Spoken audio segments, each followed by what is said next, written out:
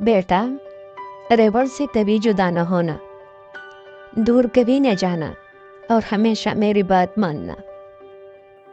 ایک بکری نے اپنی چھوٹی بیٹی شانو کو نصیحت کرتے ہوئے بتایا، لیکن شانو ہمیشہ اپنی ماں کی نافرمانیاں کرتی، کبھی کسی بات کو سنجیدہ نہ لیتی، ہمیشہ ریوڑ سے بچڑ جاتی اور اپنی ماں اور چرواہے کے لیے تکلیف کا باعث بنتی۔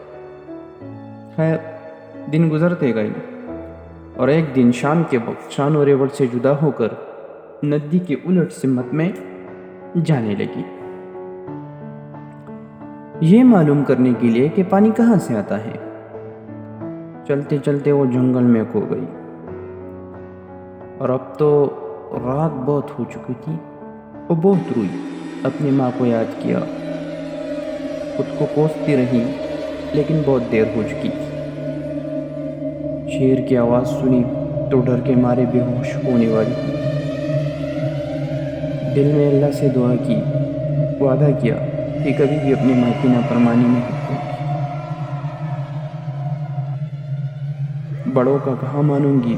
یہی سوچتے سوچتے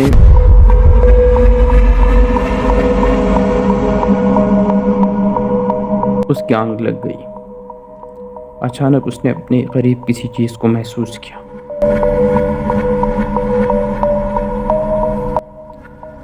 ڈر کے ماری چلائی، لیکن جلد ہی اس نے دیکھا کہ یہ تو چرواہا ہے جو اسے ڈھونڈتے ڈھونڈتے یہاں تک آ گیا تھا۔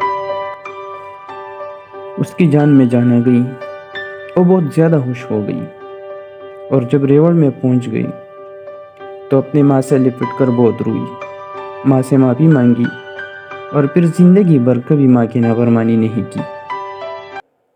پیارے بچوں، ہمیں بھی چاہیے کہ ہمیشہ اپنے والدین کا کہا مانیں اور کوئی ایسا کام نہ کرے جو نقصان کا باعث ہو۔